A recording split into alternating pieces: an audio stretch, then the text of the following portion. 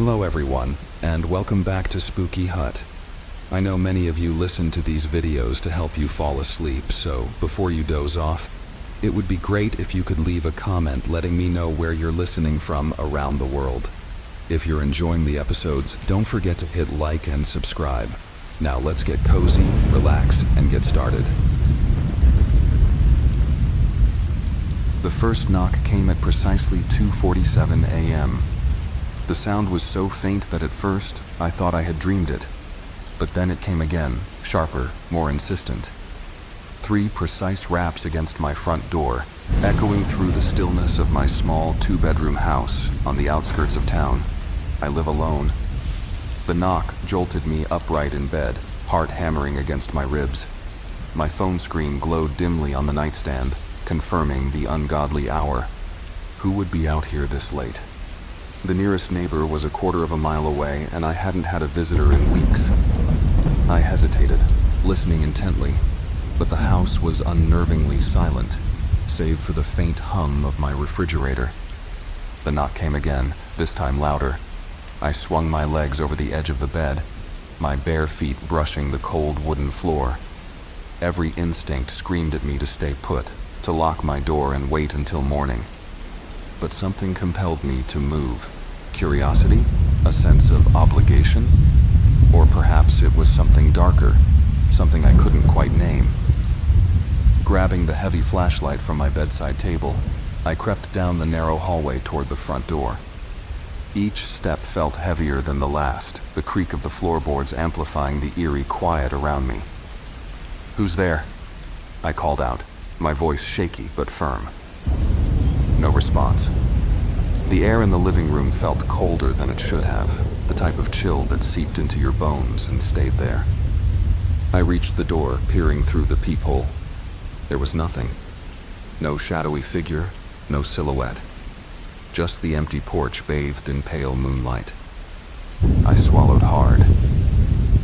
My hand hovered over the doorknob, hesitating. The logical part of my brain screamed at me to turn back, to retreat to the safety of my bedroom. But then I saw it. A smudge on the frosted glass of the door, as if someone's hand had pressed against it moments ago. With a deep breath, I unlocked the door and pulled it open. The porch was empty, but the smell hit me instantly. Wet earth and something else, something coppery and metallic. My flashlight beam cut through the darkness, revealing nothing but the swaying trees lining the gravel driveway. The faint sound of crickets chirping was the only sign of life. I took a cautious step outside, the old wood creaking beneath my weight. My breath formed white clouds in the air, despite it being a mild autumn night. Then I saw it, a single muddy footprint leading away from the porch. "Hello?" I called out again, louder this time. Silence. I turned to go back inside, locking the door firmly behind me. As I stepped into the living room, the floor felt damp. My flashlight illuminated a trail of wet footprints leading from the front door to the center of the room, where they abruptly stopped. My chest tightened. I hadn't heard anyone come in. The door had been locked. I spun around, shining the light into every corner, every shadow. Nothing. And then, from the corner of my eye, I saw it. A figure just barely visible standing in the reflection of the darkened TV screen. It was tall, its head tilted at an unnatural angle, and its body seemed wrong. Too thin, too elongated. My breath caught in my throat as I turned to face it, but the room was empty. I staggered back, nearly tripping over the coffee table. My flashlight flickered and died, plunging the room into near-total darkness. The silence was oppressive now, pressing against my ears like cotton. "Who's there?" I whispered, my voice barely audible. The response came from right behind me, a low, guttural sound that wasn't quite a growl but wasn't human either. I froze, my body paralyzed by an overwhelming sense of dread. Then a whisper so close I could feel the icy breath on my neck. "You let me in." I spun around, swinging the flashlight like a weapon, but there was nothing there. My chest heaved. my pulse racing so fast I thought I might pass out. And then, all at once, the room went quiet again. The hours crawled by. I stayed awake, every light in the house blazing, clutching the now useless flashlight as if it could protect me. The smell lingered, the wet earth, the metallic tang, but no other signs of the visitor returned that night. By morning, I convinced myself it had been some kind of waking nightmare, a sleep-deprived hallucination brought on by too many late nights and too much coffee. But then, I saw the handprint on the inside of the front door. It wasn't muddy this time. It was smeared with something dark, something that flaked off in brittle pieces when I touched it. Dried blood. The following nights were worse. The knocking returned every night at exactly 2:47 a.m., growing louder, more forceful. Sometimes I'd hear the faint sound of footsteps pacing outside, or the creak of the porch stairs, as if someone or something was standing there, just waiting. I stopped answering the door. I stopped sleeping. The feeling of being watched became constant, an unbearable weight pressing down on me even in broad daylight. Shadows moved where they shouldn't. Mirrors reflected things that weren't there. And always, that smell. One night, I decided to leave. I packed a bag, planning to stay at a motel in town until I could figure out what was happening. But as I stepped outside, the world seemed wrong. The trees surrounding the house loomed taller than they should have, their branches clawing at the sky like skeletal fingers. The gravel driveway stretched on endlessly, disappearing into an impenetrable fog that hadn't been there minutes before. I turned back toward the house, and there it was. The figure stood in the doorway watching me, its head still tilted at that impossible angle, its dark, hollow eyes boring into mine. And then it smiled. Not with its mouth. Its mouth didn't move. But I felt it, deep in my mind. A sickening, twisted sense of amusement that made my skin crawl. "You can't leave," it said, though its lips remained still. The voice came from everywhere and nowhere at once. "You let me in. I don't know how long I've been here now. Days? Weeks? Time doesn't feel real anymore. The knocking never stops. Sometimes I hear it from inside the house, coming from the walls, the ceiling. I've boarded up the windows, nailed the door shut, but it doesn't matter. It's inside. It's always been inside. And now, so is the darkness. If you're reading this, do me one favor. Never open the door. No matter how desperate, how curious, how lonely you might feel, don't let it in. Because once you do, it never leaves." The eyes moved. I swear to God they moved. The words felt absurd even as they left my mouth, but standing there in that dimly lit antique shop, my pulse was racing. I had come in only to escape the sudden downpour, and yet here I was, face to face with something that felt impossibly wrong. The painting hung crookedly on the wall, its frame warped with age. It depicted a crimson-cloaked figure in a shadowy forest. Its face was obscured, save for its eyes, deep, black, and staring directly at me. There was something chilling about them, an unnatural glint that caught the flickering light of the shop's old chandelier. "Interested?" The shopkeeper's voice broke my trance.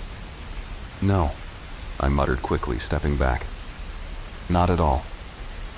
"You'd be the first to say that," she said, her voice raspy with what I guessed was decades of cigarette smoke. "This piece has a way of drawing people in. They always come back for it."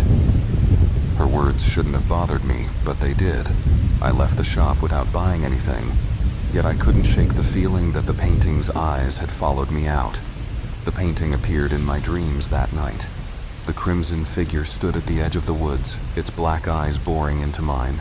I woke drenched in sweat, my heart pounding, the image seared into my mind. It wasn't the first nightmare I'd ever had, but it was the first that left me feeling like I wasn't alone in the room. The next morning, I found myself back at the shop. "I'll take it," I said, as if possessed by the words. The shopkeeper smirked knowingly, and I hated how smug she looked. She wrapped the painting in brown paper and handed it to me without a word. Walking home, the package felt heavier than it should have, as if it were resisting me. Hanging the painting in my living room seemed to suck the life out of the space. Its dark tones contrasted sharply with the bright, airy decor, but I couldn't bring myself to take it down. There was a pull to it, an unspoken command to let it stay. The strange occurrences began the same night. It started with the tapping, soft, rhythmic, and coming from the wall where the painting hung. At first, I thought it was pipes or a draft, but when I got up to investigate, the sound stopped. The next night, it happened again. This time, the tapping was accompanied by a faint whispering. I pressed my ear to the wall but couldn't make out the words. By the third night, I was certain the whispers were coming from the painting itself. I invited my friend Ben over to get a second opinion. He was a skeptic about most things, and I needed someone to tell me I was imagining it all. "Dude, it's just a creepy painting," he said, leaning in close to inspect it. "But, yeah, those eyes are freaky." We spent the evening watching movies and trying to ignore the unsettling presence of the artwork. Around midnight, Ben excused himself to use the bathroom. When he didn't come back, I went looking for him. I found him standing in front of the painting, his face pale, his eyes wide. "Ben," I called softly. He didn't respond. His hand was outstretched, almost touching the canvas, when I grabbed his arm and yanked him back. "What the hell are you doing?" He blinked, as if snapping out of a trance. I don't know," he stammered. I heard something, like it was calling me." That was the first time I considered getting rid of the painting, but every time I tried to take it off the wall, an overwhelming sense of dread stopped me. The room would grow colder, and the whispers would intensify, their tone pleading and angry all at once. By the end of the week, I stopped sleeping. Every time I closed my eyes, I saw the crimson figure, its shadowy form edging closer. And those eyes, they weren't just watching me anymore. They were studying me, dissecting me. The final straw came on a stormy night. The power had gone out and the house was plunged into darkness. Lightning illuminated the room in brief, blinding flashes. In one of those flashes, I saw it. The figure wasn't in the painting anymore. I froze, my breath caught in my throat. In the darkness, I could feel its presence, heavy, suffocating, and so cold. The whispers grew louder, more distinct. "Release me." I didn't know what it meant, and I didn't want to. I grabbed the painting off the wall and threw it to the ground. The glass shattered, and for a moment, the whispers stopped. But when I looked down, I saw something that made my stomach churn. The crimson figure's hand was reaching out of the painting.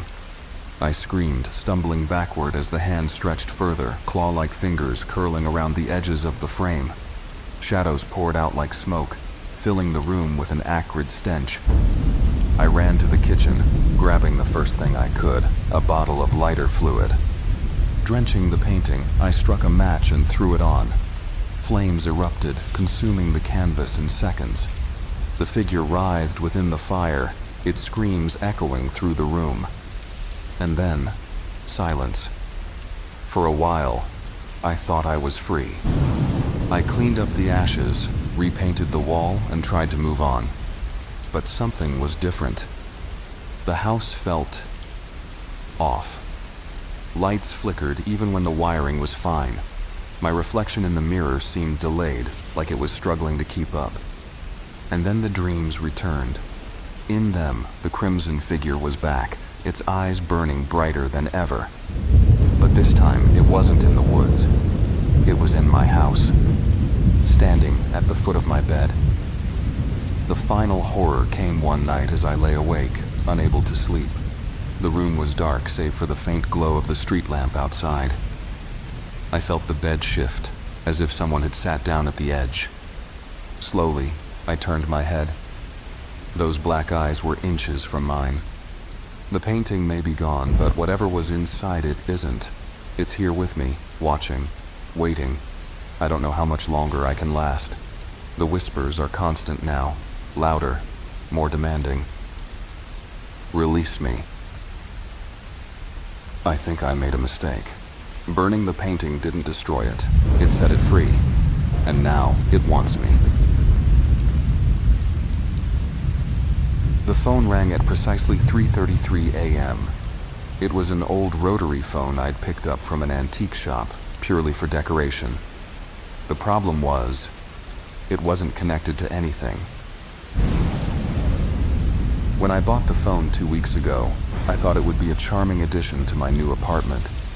I'd always loved vintage decor, and the rotary phone, with its tarnished brass accents and chipped ivory dial, felt like it had a story to tell. I hadn't expected it to start telling it to me. My name is Alex Martin. I'm 29 years old. Recently moved to a small town in Pennsylvania for a job at the local newspaper.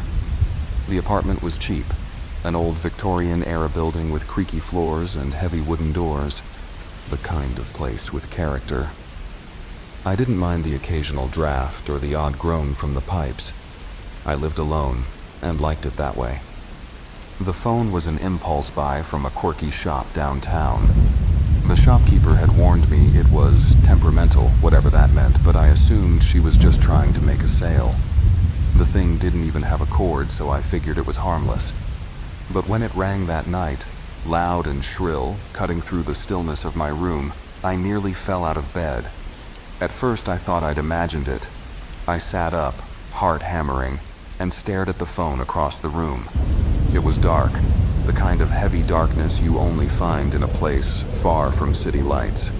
The only illumination came from the soft glow of my digital clock. 3:33 a.m. The phone rang again. This time I scrambled out of bed, knocking over a glass of water on my nightstand. My feet slapped against the cold wood floor as I made my way to the phone. I hesitated, hand hovering over the receiver. The logical part of me screamed that it couldn't possibly work. It wasn't connected to anything.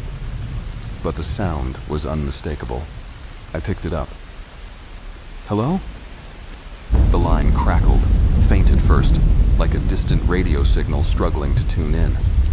Then came a voice, whispery and broken, as though it was traveling from the other side of a long, dark tunnel. Alex, my stomach twisted into a knot. Who is this? The voice didn't answer immediately. Instead, there was a faint, rhythmic tapping in the background, like fingernails on glass. When the voice spoke again, it sent a shiver racing down my spine. You shouldn't have brought me here. What are you talking about? I demanded, trying to keep my voice steady. The tapping grew louder, more insistent. The phone, the voice rasped. You've connected me. The line went dead. I stood there for what felt like an eternity, the receiver still clutched in my hand. My pulse thudded in my ears. I wanted to believe it was some kind of prank. But how? The phone wasn't functional. It wasn't even plugged in. I set the receiver down carefully, as though it might explode if I moved too quickly. For a moment, I just stared at it, half expecting it to ring again. When it didn't, I returned to bed, though sleep was out of the question. The next day, I convinced myself it had been a dream. Maybe I'd been half asleep and imagined the whole thing. I went to work, buried myself in assignments, and tried to forget about it. But when I came home that evening, something felt off. The air in the apartment was heavy, suffocating, and it carried a faint metallic tang. The phone sat on the table where I'd left it, its dull brass glinting in the fading sunlight. I couldn't explain why, but I felt as though it was watching me. That night, it rang again. This time, I didn't hesitate. I snatched up the receiver, heart pounding. What do you want? The voice was clearer now, and there was a strange familiarity to it, like a melody I couldn't quite place. You've brought me here, Alex. You need to help me. Help you? Who are you? The line crackled, and then the voice said something that made my blood run cold. Look behind you. My body froze, every nerve screaming in protest. I didn't want to turn around, but something compelled me. Slowly, I shifted my gaze over my shoulder. The room was empty, or so I thought. The air in the corner seemed to ripple as though heat waves were rising from the floor. A shape began to form, a pale, shadowy figure that flickered like an old film reel. I stumbled back, dropping the receiver. The figure advanced, its movements jerky and unnatural, like a marionette pulled by unseen strings. "You took me from my resting place," the voice whispered, though the phone was no longer in my hand. "You brought me here." "What are you talking about?" I cried, backing into the wall. "I don't even know you." The figure paused, its head tilting at an unnatural angle. "The phone, it was mine. You shouldn't have taken it." Over the next few days, the haunting escalated. Objects in my apartment began to move on their own. Doors slammed shut without warning. I woke up to find words scrawled on the walls in a dark, oily substance. "Give it back." I returned to the antique shop, desperate for answers. The shopkeeper looked alarmed when I told her what had happened. "You didn't try to use it, did you?" she asked. "No, but it started ringing on its own." She shook her head, muttering something in a language I didn't recognize. "That phone belonged to a man named Henry Grayson. He was obsessed with contacting the dead, spent years trying to invent a device to communicate with the afterlife. When he died, people said his spirit got trapped inside the phone." I felt a chill creep up my spine. "Why would it come after me?" "You must have awakened it," she said. "Some things are better left undisturbed." I begged her to take the phone back, but she refused. "It's your problem now," she said, closing the shop door behind me. That night, the phone rang again. This time, I didn't answer. I shoved it into a closet, wrapped in layers of cloth to muffle the sound. But the ringing didn't stop. It echoed through the apartment, relentless and accusing. By 3:33 a.m., I couldn't take it anymore.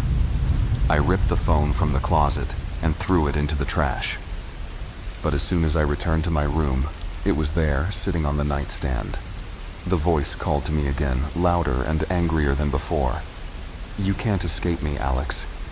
You owe me." I didn't know what it wanted, but I knew I couldn't stay in that apartment any longer. I packed a bag and left, checking into a cheap motel on the edge of town. For the first time in weeks, I felt a semblance of peace. Until the phone rang. It was sitting on the bedside table as though it had followed me. I answered, my hands trembling. "What do you want from me?" The voice was calm now, almost gentle. "You need to finish what I started." "Finish what?" There was a long pause. Then, "Find the others." I never figured out what that meant, but the phone never stopped calling. No matter where I went, it followed. I've tried destroying it, burying it, even burning it. Nothing works. And now, as I write this, it's ringing again. I know I shouldn't answer, but I also know I can't ignore it forever. Because it's not just a phone, it's a doorway. The first time I felt the house watching me, I told myself it was exhaustion. I'd been driving all day, following back roads through the Appalachian countryside, my GPS fried after the last storm. The house seemed to rise out of nowhere, perched at the top of a hill, its windows like unblinking eyes glaring down at the world below.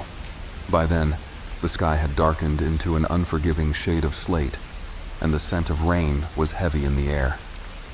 My car's engine sputtered just as I passed the property, as if even my vehicle knew better than to venture any further.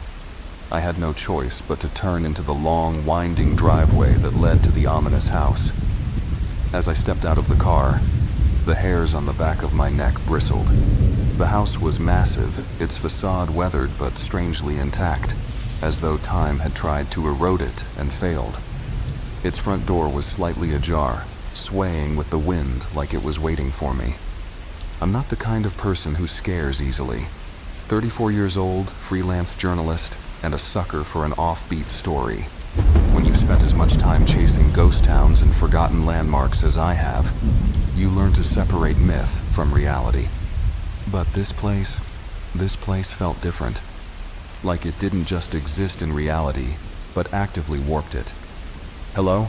I called, my voice swallowed by the silence.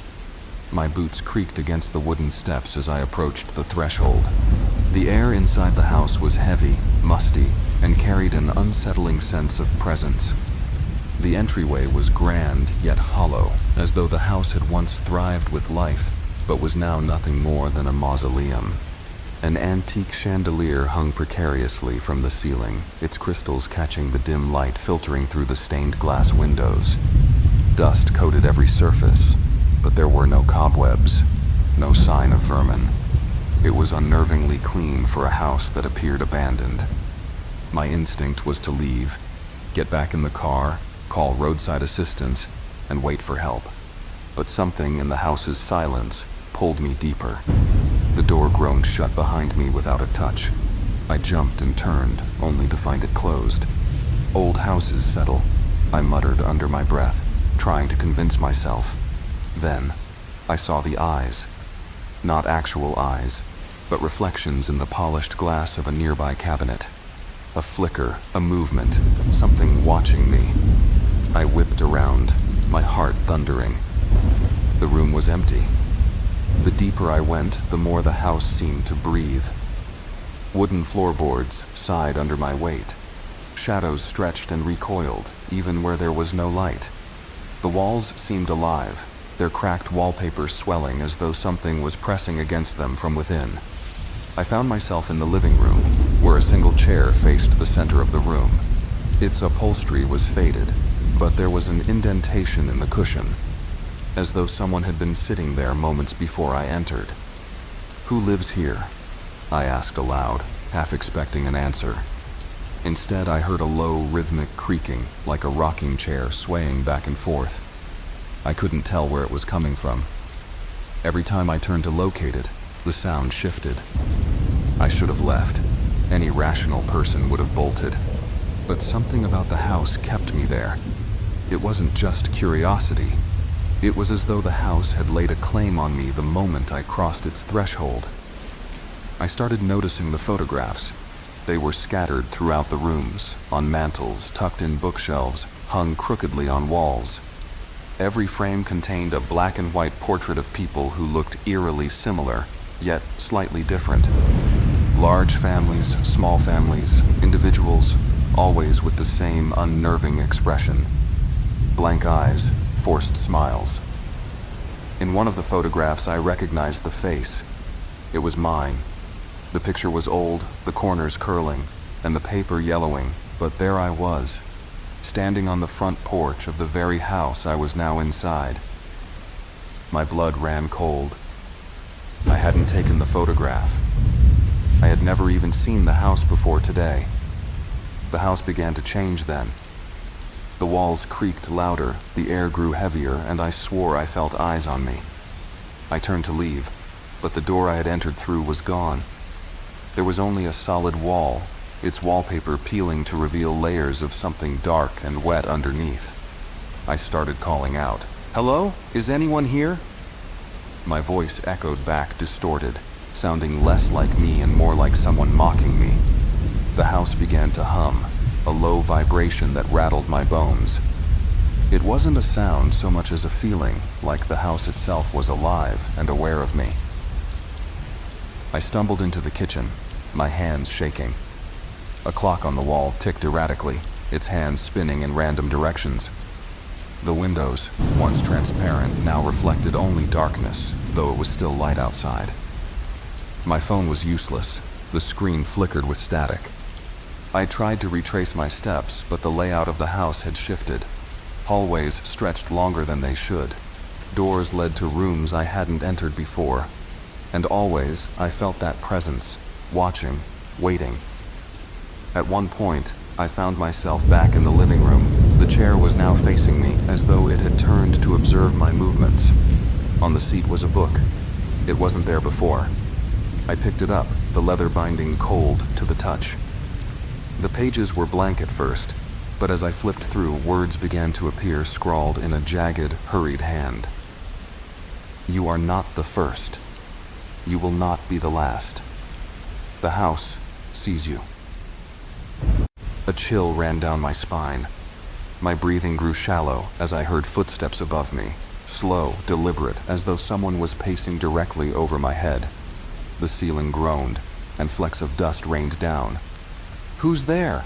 I yelled, my voice cracking. No answer. The footsteps grew louder, now descending the staircase. I froze, my pulse hammering in my ears. The staircase was in the entryway, but when I peered out, I saw nothing. Only the sound of someone, or something, steadily approaching. In my panic, I ran down a hallway I hadn't seen before. At the end was a door. It was smaller than the others, its wood dark and warped. Desperation propelled me forward, and I yanked it open. The room inside was a mirror image of the living room. The same chair, the same photographs. But this time, all the frames were empty. The walls bore no shadows. There was no sound. The chair beckoned. I don't know how else to describe it. It didn't move, but I felt compelled to sit, as though the house demanded it. Against my better judgment, I approached. When I sat down, the room changed. The blank photographs filled with new images of me, sitting in the chair, staring at the camera with the same lifeless expression as the others. I tried to stand, but I couldn't. My body was paralyzed, my limbs heavy as stone. The chair held me in place. The house began to hum again, louder this time, resonating deep within my chest. The walls closed in, the room shrinking around me. I screamed, but no sound came out. Now I understand. The house doesn't just watch, it collects. I am part of it now, another face in its endless gallery of the lost. If you ever find yourself driving through the back roads of Appalachia and your car stalls near a hill with a house that seems too alive, don't stop. Don't go inside. Because once the house watches you, it never lets go. I should have turned back the moment the forest fell silent. You know the kind of silence I'm talking about, when even the wind seems too scared to whisper through the trees. But I didn't. I kept walking, flashlight trembling in my grip, as the skeletal branches above twisted into grotesque shapes against the moonlight. I told myself I was being ridiculous. It was just another local legend, a story to scare kids and keep thrill-seekers like me entertained. The haunted forest of Black Hollow had been the subject of every campfire story and dare in our small town. No one believed the tales of shadowy figures and whispered voices. No one but me, it seemed, was foolish enough to test them. It all started with a bet. My best friend Luke, self-proclaimed skeptic and notorious prankster, had dared me to spend one night in Black Hollow. "Easy money," he'd said, slapping a crisp $100 bill on the table. "You stay until dawn and it's yours." I didn't need the money. I needed to prove I wasn't afraid. I needed to prove it to Luke, to myself. So, there I was, alone, with only my flashlight, a cheap sleeping bag, and a gnawing sense of dread. I found a small clearing near the heart of the forest. The trees around it were ancient, their trunks gnarled like arthritic hands reaching for the sky. Setting up my spot, I glanced at my phone. Midnight. 6 hours to go. I leaned back against the nearest tree, trying to ignore the uneasy prickle crawling up my spine. It started small. A faint rustling in the underbrush, like something or someone moving just out of sight. I shone my flashlight toward the sound, expecting to catch a raccoon or maybe a deer. The beam sliced through the darkness, landing on nothing. I laughed nervously, more to fill the silence than anything else. "Just the wind," I muttered to myself, though the leaves remained eerily still. A twig snapped behind me. I whipped around so fast I nearly dropped the flashlight. Again, nothing. The forest seemed to close in tighter, the shadows deepening. Every instinct screamed at me to run, but I stood my ground. "Come on," I called, my voice shaky. "If this is one of Luke's stupid pranks, it's not funny." The response was a low, guttural whisper, so faint I wasn't sure I'd heard it at all. My heart slammed against my ribs as I strained to make out the words. "Leave. Now." I froze. My breath hitched in my throat as I swung the flashlight wildly around the clearing. The beam caught fleeting glimpses of movement, branches swaying where there was no wind, shadows darting between the trees. My phone buzzed in my pocket, nearly making me jump out of my skin. I yanked it out, grateful for the distraction. A message from Luke. "Having fun yet?" I was about to text back something snarky when the words on the screen began to change. The letters melted and reformed one by one into a new message. "Get out before it's too late." The phone slipped from my hand, hitting the forest floor with a dull thud. My pulse thundered in my ears as I stumbled back, tripping over the roots. The flashlight slipped from my grasp, rolling a few feet away, its beam casting wild arcs through the trees. That's when I saw it. At first I thought it was a trick of the light, a shadow stretching unnaturally long against the bark of a tree. But then it moved. It stepped out from the darkness, tall and impossibly thin, with limbs that seemed too long for its body, its head tilted at an unnatural angle, its face obscured by the shadows, but I could feel its eyes on me. I couldn't move, couldn't breathe. The figure took a step closer, its movements jerky, like a marionette controlled by a drunken puppeteer. A faint sound reached my ears, like the creaking of wood bending under pressure. Its head snapped upright, revealing a hollow, gaping void where its face should have been. "Leave now," it rasped again, though its mouth, or lack thereof, never moved. The sound echoed inside my skull, more thought than voice, and the sheer wrongness of it broke whatever spell had rooted me to the spot. I ran. Branches clawed at my face and arms as I tore through the forest, lungs burning with every gasping breath. I didn't know where I was going. I just knew I had to get away. But no matter how far or fast I ran, the whispers followed me, growing louder, more insistent. "Leave, leave, leave." The forest began to change around me.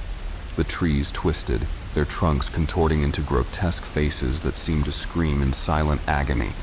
The path beneath my feet shifted, disappearing into an endless maze of roots and shadows. It was as if the forest itself was alive, reshaping to trap me. A sudden chill washed over me, and I realized the whispers had stopped. The silence was worse. I skidded to a halt, my chest heaving. The flashlight was gone, my phone lost somewhere in the chaos. The moonlight barely pierced the dense canopy above, casting the world in a dim, eerie glow. I turned slowly, heart pounding, and that's when I saw them. Dozens of figures emerged from the trees, their bodies impossibly tall and thin, their faces the same hollow voids. They surrounded me, forming a perfect circle, their heads tilting in unison as if examining a curious specimen. One stepped forward, raising a skeletal hand to point directly at me. The whispers returned, louder now, a cacophony of voices overlapping and intertwining until they formed a single, coherent sentence. "You don't belong here." The ground beneath me began to tremble, cracks spreading like veins through the earth. From the fissures emerged roots, gnarled and blackened, twisting upward like snakes. They wrapped around my ankles, my wrists, pulling me down as the figures watched in eerie silence. I screamed, thrashing against the unrelenting grip of the forest, but it was no use. The last thing I saw before the darkness consumed me was their hollow faces, tilting in unison once more. When I woke, it was daylight. The forest was calm, the clearing untouched. My flashlight lay a few feet away and my phone was back in my pocket, the screen cracked but functional. I staggered to my feet, every muscle aching, and made my way out of Black Hollow as fast as my legs would carry me. When I reached the edge of the forest, Luke was waiting, leaning casually against his car. "Man, you look like hell," he said with a grin. "Guess I win the bet." I didn't respond. I just shoved past him, climbed into the car, and slammed the door. It's been weeks now, and I haven't spoken a word about what happened that night. Luke thinks I'm mad I lost the bet. But it's not that. It's the whispers. They've followed me home. I never wanted to touch it. The moment my fingers grazed the cold, polished surface of the ring, a chill that had nothing to do with the drafty antique shop swept through me. Even now, as I sit in this cramped motel room with the door barricaded and every light blazing, I know it's only a matter of time before it finds me. You don't survive something like this. You only delay the inevitable. Let me start at the beginning. My name is Daniel Hart, and this nightmare began 3 weeks ago when I walked into that damned antique shop on King Street in Charleston, South Carolina. I was 32, newly divorced, and trying to find something, anything, to fill the void in my life. I wish I had never set foot in that store. I had no real reason to be there. The shop was one of those dimly lit, cramped places that reeked of mildew and decades-old wood polish. Its cluttered shelves were crammed with oddities, dusty porcelain dolls, cracked leather-bound books, and tarnished silverware. But it was the display case near the back that drew me in. It wasn't flashy, just a plain gold band with a dull sheen, as if it had been forgotten by time itself. Yet, I couldn't look away. The shopkeeper, an older man with a hunch and eyes that seemed too sharp for someone his age, appeared out of nowhere. "Ah, the ring," he said, his voice gravelly and low. "It's been waiting for someone like you." I frowned. "What's that supposed to mean?" He smiled faintly, as though he knew a secret I never would. "Every item has a story. This one's particularly unique." I don't know why I didn't walk away then. Maybe it was the emptiness in my chest that wanted to believe there was some kind of meaning to all this. Or maybe it was the way his words pulled at my curiosity. Whatever the reason, I asked him to tell me more. He hesitated, his eyes flickering to the ring and then back to me. "This ring, it chooses its owner. But I warn you, once it's chosen, there's no going back." I scoffed, thinking it was all just a sales pitch. "How much?" He paused, then whispered a number so low it felt like a joke. "I'm practically giving it away." I handed over the cash, and he placed the ring in my palm. The moment I touched it, a sharp pain lanced through my hand, almost as if I'd been pricked by a needle. I flinched, but the shopkeeper only smiled that same knowing smile. "Take care, Mr. Hart." At first, I thought nothing of it. The ring fit snugly on my middle finger, and though I wasn't much for jewelry, it felt right, like it belonged there. That night, I went about my usual routine, microwaving a TV dinner and zoning out in front of the news. The first dream came that night. I was standing in a dark forest, the trees towering over me like skeletal hands reaching for the sky. In the distance, a soft glow pulsed. I felt compelled to move toward it, each step heavier than the last.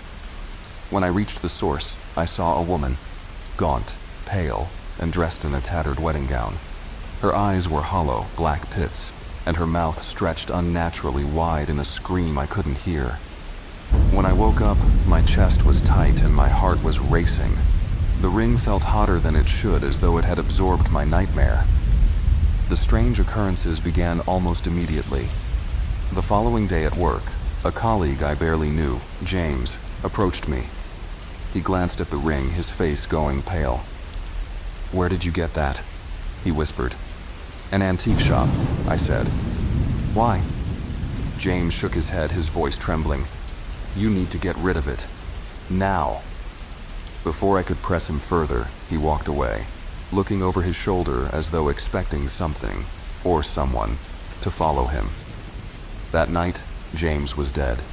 He'd been found in his apartment, his body twisted unnaturally, his mouth frozen in a silent scream, and the ring. It glowed faintly under the moonlight as I stared at it in disbelief. By the end of the week, I was drowning in paranoia. Shadows seemed to move on their own. The whisper of wind outside my window carried voices I couldn't quite make out. But worst of all was the dream. It returned every night, growing more vivid and sinister. The woman in the wedding gown began to move closer, her outstretched hands bony and clawed. I tried to take the ring off. It wouldn't budge. I yanked, twisted, even tried soap and oil, but it was as though the ring had fused with my skin. The harder I pulled, the more pain it caused until I was left trembling and defeated. Desperation drove me back to the antique shop, but when I arrived, the place was boarded up, as if it had been abandoned for years. The sign was gone, the windows coated in grime. I pounded on the door, shouting for the shopkeeper, but no one answered. That night, I dreamt of James. He stood in the same forest, his body contorted like it had been in death. He pointed at me with a trembling hand. "It's your turn now," he whispered, his voice echoing like it came from a great distance. I woke up screaming. The deaths began to multiply. Everyone who questioned the ring or expressed concern about it met an untimely and horrifying end. My neighbor, who noticed my worsening state, stopped me in the hall one evening. "You look like hell, Dan. You sure you're okay?" Before I could answer, he glanced at the ring and frowned. "Creepy little thing, isn't it? Where'd you get—" He died that same night. A car accident, they said. But when I passed the wreck on my way home, I saw his face through the shattered windshield, his mouth wide open in a silent scream. Now, I'm sitting here, writing this in a last-ditch effort to leave some kind of record. The woman in the wedding gown is no longer confined to my dreams. I've seen her reflection in the bathroom mirror, her skeletal hands clawing at the edges of the glass. I've heard her footsteps in the hall outside my motel room. The walls creak with her presence, and the air is thick with her rotten floral scent. I tried to destroy the ring. Fire, hammers, acid. Nothing worked. It's indestructible, and it's hungry. I can feel it, a living thing wrapped around my finger, tightening its grip with every passing hour. I don't know how much longer I have. The shadows are moving again, creeping closer, and her whispers are growing louder. If you find this, if you see the ring, do not pick it up. Leave it where it lies and run. It will find someone else, I'm sure, but at least it won't be you. And if it's too late, if you're already holding it in your hand, then God help you. You can't outrun the cursed ring that brings death. It started with a handprint, a single perfect outline of fingers on the bathroom mirror. I wasn't scared at first. I figured it was just the remnants of steam mixed with a trick of the light. But I hadn't showered that morning, and the mirror was clean when I'd brushed my teeth an hour earlier. The realization clawed at the back of my mind, but I brushed it off and went about my day. I should have left the house then. My name is Kevin Carter. I live in a quiet neighborhood in Wilmington, North Carolina. At 31, I'm a freelance graphic designer, and my job lets me spend most of my time at home. I liked the solitude until it started feeling like I wasn't alone anymore. That night, I was working late on a project for a client. The house was silent except for the hum of my laptop and the occasional creak of the old wooden floorboards. My desk was in the corner of the living room, facing a large window that looked out onto the dimly lit street. I had my back to the rest of the house, which I suddenly regretted when I felt it, a faint, cold touch brushing the back of my neck. I froze. It wasn't the breeze from an open window. It wasn't a strand of my hair tickling my skin. It felt deliberate, like fingers dragging lightly against me. I spun around in my chair, my heart pounding, but there was nothing there. "Kevin, get a grip," I muttered to myself. Maybe I was just tired. But then I noticed the window. The reflection of the living room in the glass looked wrong. In the faint glow of my desk lamp, I thought I saw someone standing behind me, a shadow that didn't belong to me. I whipped around again, empty. My chest tightened as I turned back to the window. This time, the reflection showed only me and the room. I let out a shaky laugh, but it didn't feel funny. The next few days were worse. Every morning, I woke up to new handprints. They were on the bathroom mirror, the kitchen window, even the TV screen. Once I found one on the headboard of my bed. I lived alone. I tried to rationalize it. Maybe it was some sort of condensation reacting to temperature changes, or maybe I was sleepwalking.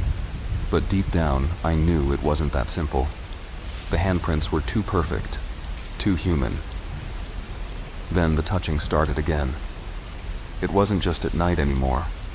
I'd feel it while washing dishes, the cool press of invisible fingers brushing against my arm. Once, as I sat on the couch, I felt something tug gently at my shirt sleeve. I jumped up, knocking over my coffee mug in the process. The liquid spilled onto the carpet, but I didn't care. I was too busy staring at the indentation on the cushion where something unseen had been sitting. I decided to get out of the house for a while. I called my friend Mike, and we met at a bar downtown. I didn't tell him everything, just that I'd been feeling uneasy at home. He laughed it off, said I was overworked and needed a break. "You're spending too much time alone in that house," he said. "Come crash at my place for a night or two. Reset your brain." I agreed, though I wasn't sure it would help. That night at Mike's place, I slept better than I had in weeks. No handprints, no phantom touches. For the first time, I started to believe that maybe I had been imagining everything. But when I got home the next morning, my relief vanished.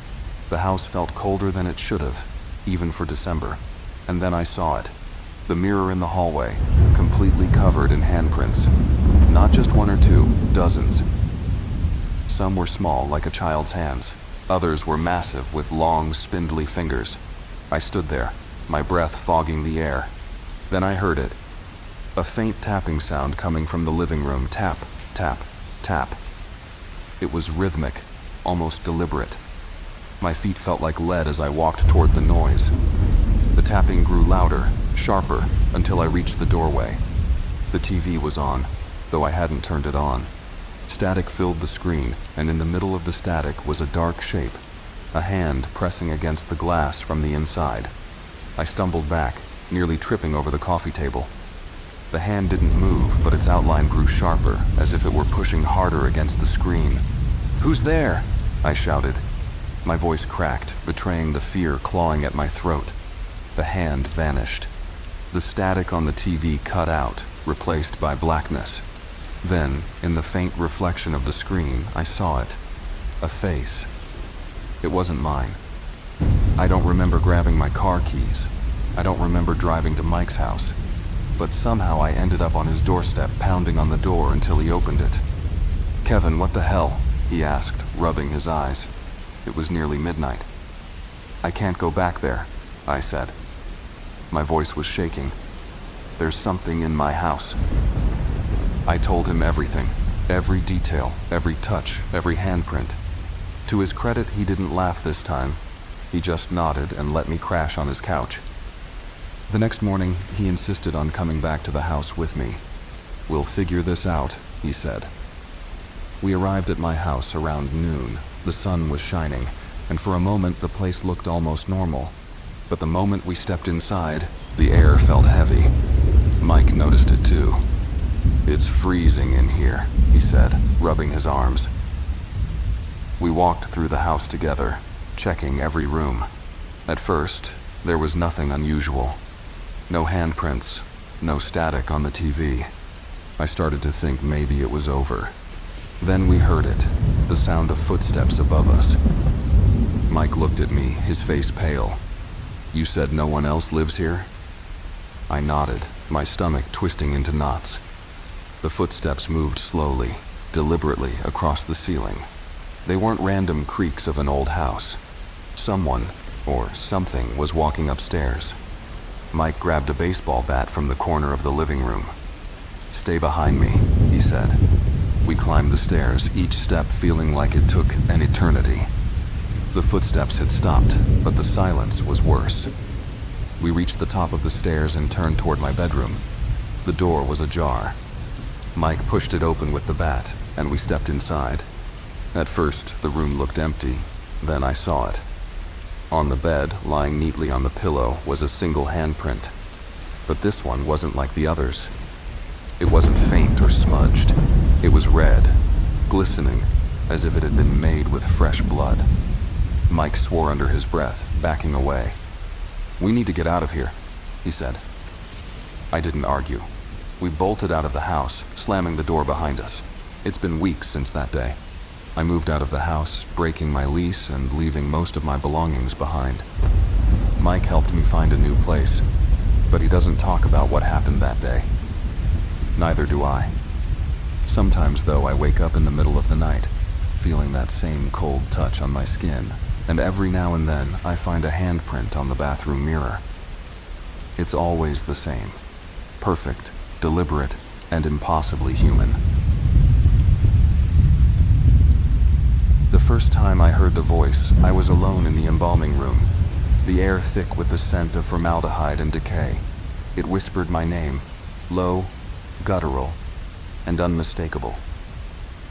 My name is Paul Miller, and for the past 6 months I've been working at Wilkes Mortuary in the small town of Cranbrook, Pennsylvania. It's an old funeral home, established in the late 1800s, and it still looks the part. The building is Gothic, with towering spires, leaded glass windows, and a sense of quiet dread that never seems to leave. I took the job because I needed the money, and honestly, I thought the stories about the place were just local folklore. I was wrong. The mortuary's owner, Mr. Wilkes, was a tall, thin man with hollow eyes and a penchant for silence. He hired me with little more than a nod and a handshake, showing me around the building with minimal explanation. The first thing he said that stuck with me was, "Do your work, but don't wander where you're not needed, and if you hear anything, ignore it." I laughed at the time, thinking he was just trying to spook the new guy. Now, I know better. It happened on a Friday night. I was preparing a body for a viewing the next morning, an elderly woman who had passed away peacefully in her sleep. The embalming room was cold, the hum of fluorescent lights the only sound. I was focused on my work when I heard it. "Paul." The voice was faint, barely louder than a breath, but it was there. I froze, scalpel in hand, and scanned the room. Nothing. Just me and the body on the table. My rational mind told me it was my imagination, that I'd been working too long. But then it came again. "Paul, help me." This time it was clearer, and it came from the direction of the metal cabinet where we stored the embalming fluids. My heart raced as I forced myself to walk over and open the door. Inside, there was nothing but bottles and tools. But as I stood there, the temperature around me dropped sharply.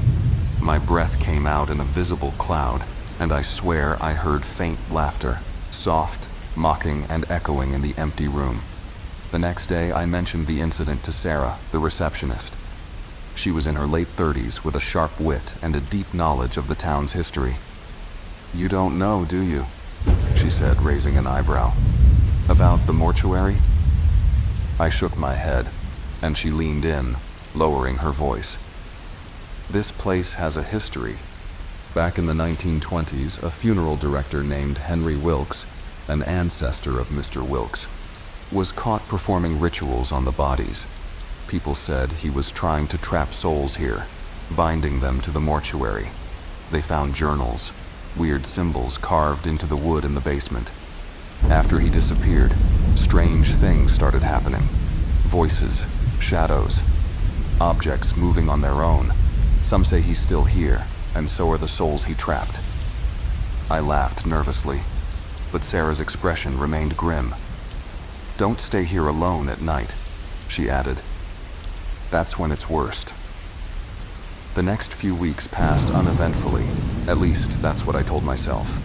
I'd catch glimpses of movement in my peripheral vision, hear faint footsteps in the halls when I knew no one else was around, and once I found a door that I swore I had locked wide open. But I chalked it up to stress and exhaustion. Then came the night that changed everything. I was working late again, finishing up paperwork in the office. The building was silent, the kind of silence that presses against your ears. Suddenly, the lights flickered, and the air grew heavy, as if the atmosphere itself had thickened. I tried to ignore it, focusing on my work, but then I heard it. A low, guttural moan echoing from the basement. "Paul!" My blood ran cold. I told myself it was just the wind, maybe the old pipes groaning. But deep down, I knew better. Against my better judgment, I grabbed a flashlight and headed toward the basement. The basement was the oldest part of the building, with stone walls and a damp, musty smell. It was used mostly for storage, old coffins, unused equipment, and forgotten relics of the mortuary's past. As I descended the creaking stairs, the moaning grew louder, interspersed with what sounded like faint sobbing. The beam of my flashlight swept across the room, revealing nothing out of the ordinary. But then, in the far corner, I saw it. A figure crouched on the floor, its back to me. It was humanoid, but its limbs were unnaturally long, its skin a sickly gray.